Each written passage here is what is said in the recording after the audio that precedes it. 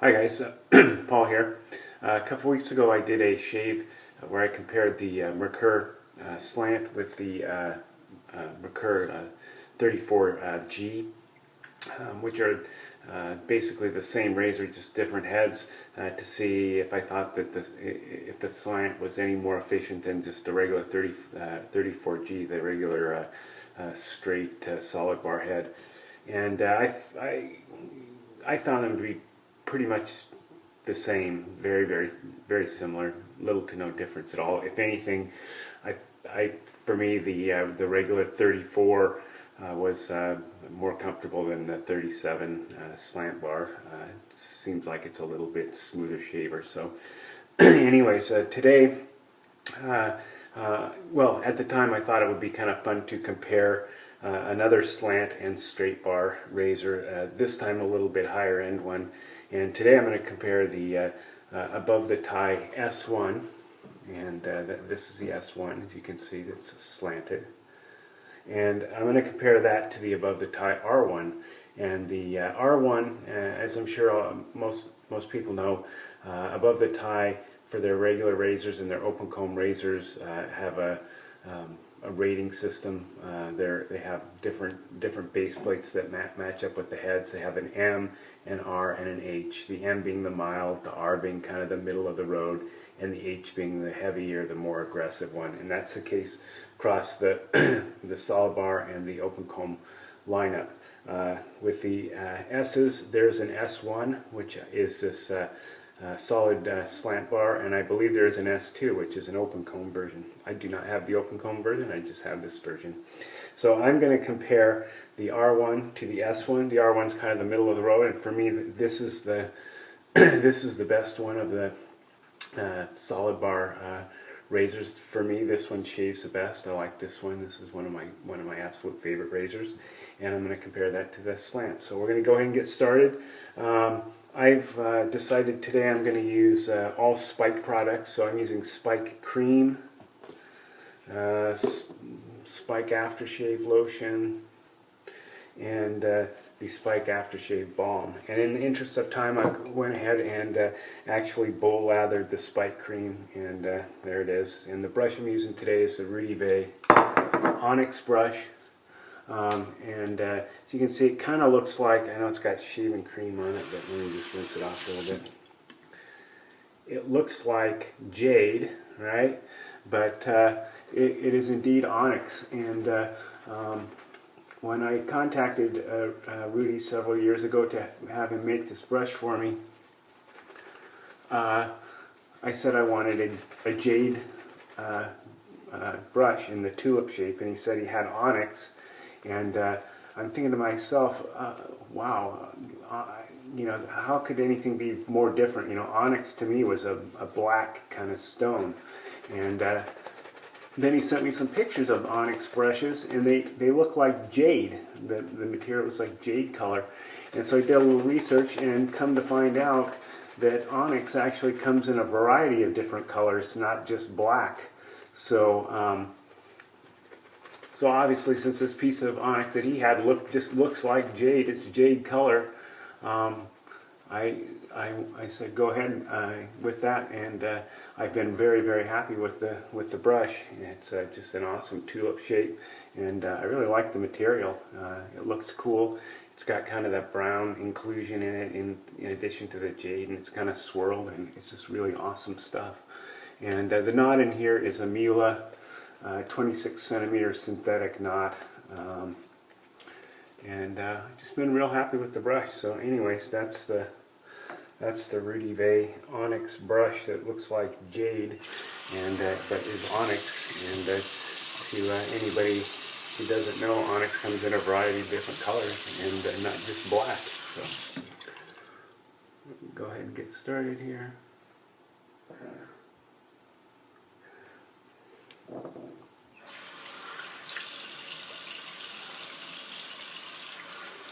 And I'm going to be doing the right side of my face with the slant and the left side of my face with the R1. So S1 on this side. So go ahead and get started. And the blades I'm using in here are the Persona Med Prep blades. Both of these have brand new Persona Med Prep blades in them. And I'm just going to try and do, I know I kind of was going over the same area here, but I'm just going to try and do just 3 passes, just one swipe across each area, and I'm going to try and avoid doing a lot of touching up here, and just kind of see how these things shave.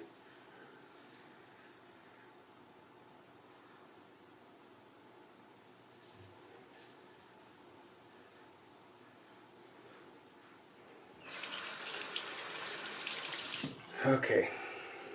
Go ahead and set those aside. Well, I can say on the first pass, both are very, very smooth shavers. They both feel really good. I'd say they've pretty much taken off the same amount of hair with one pass, so we'll go ahead and do the second pass here.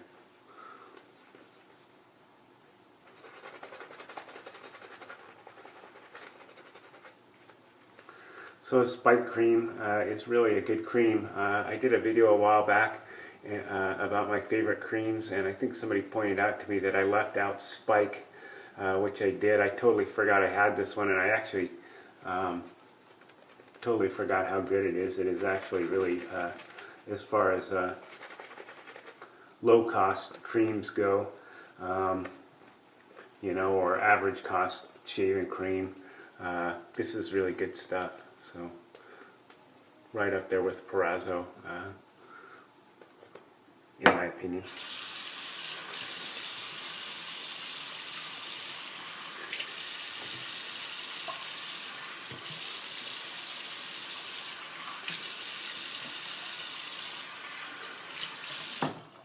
Okay, now we're going to go, going straight up for me is across the grain. So across the grain, there's a slant.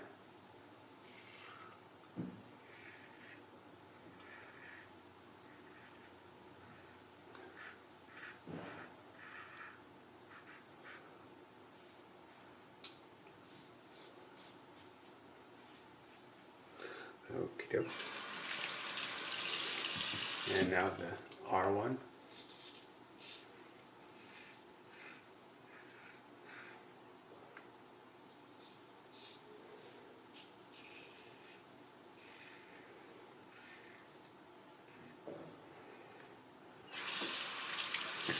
Okie dokie. Rinse this off a little bit here.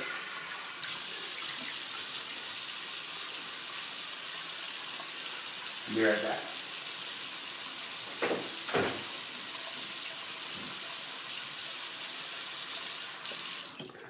Okay, we'll go ahead and do our third pass here, third and final pass.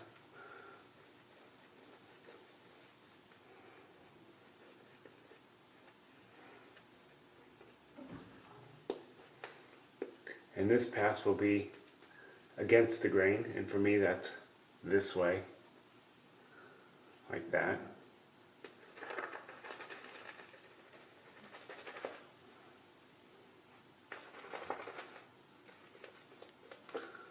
All right.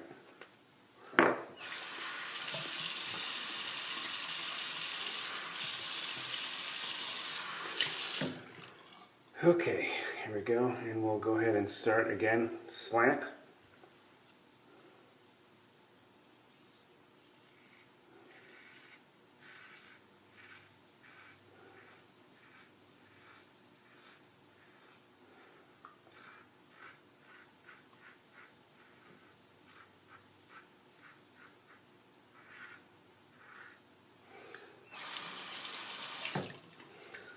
Okay, and the R1.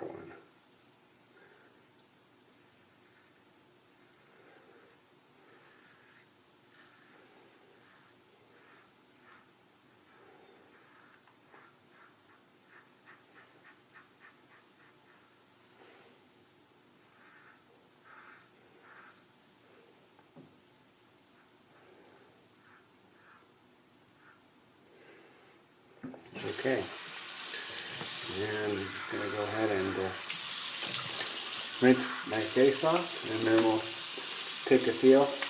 I can say on that last pass, I can definitely, for me, feel the blade more with the R1 than on the S1. The S1, I don't quite feel the blade as much on that one.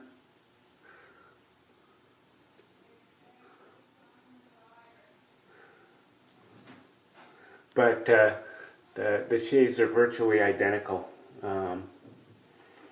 Not much difference there at all. I can't really feel too much difference between the two sides.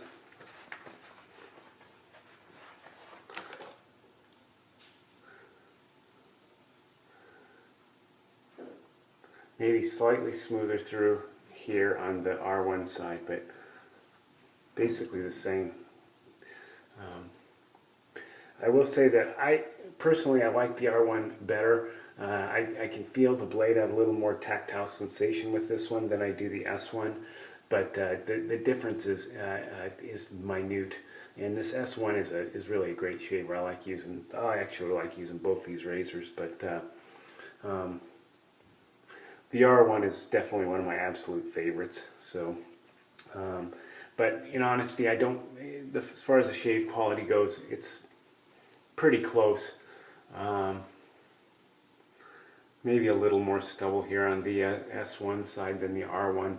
I do still have a little bit of stubble left over here, and if I was, getting really anal retentive, I probably would do a fourth pass, but it's a Saturday, so and nobody cares. So other than me, so go Speick aftershave.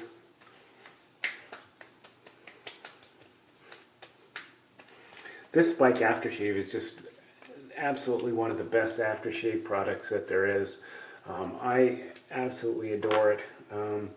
It smells great, and if you have any razor burn, which I really don't today, but if you have any razor burn, it has like some alum in there, and it's got a little menthol, and it just really soothes the skin nicely, and it's just a really great product.